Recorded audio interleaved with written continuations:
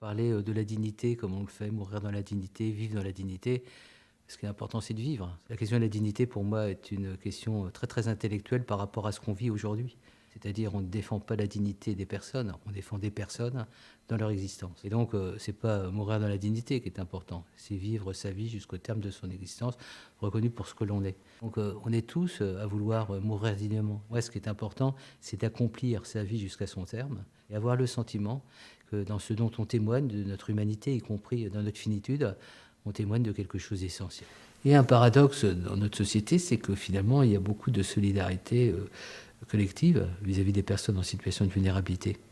La vraie question, c'est effectivement qu'en est-il de notre approche singulière auprès de personnes qui ont besoin d'être renforcées dans le sentiment d'exister au moment où elles vivent l'évolution dans le grand âge ou dans la dépendance, dans la perte d'autonomie. Donc il y a besoin de repenser effectivement notre rapport de responsabilité avec une personne vulnérable. Les gens n'ont pas besoin de médicalisation de la fin de vie, ils ont besoin de socialisation et de vivre ensemble. Vous voyez, dans les EHPAD, vous avez des gens qui meurent mal, c'est ce qu'on appelle le mal mourir, non pas parce qu'ils vont mourir, mais parce qu'ils meurent dans un contexte de surmédicalisation.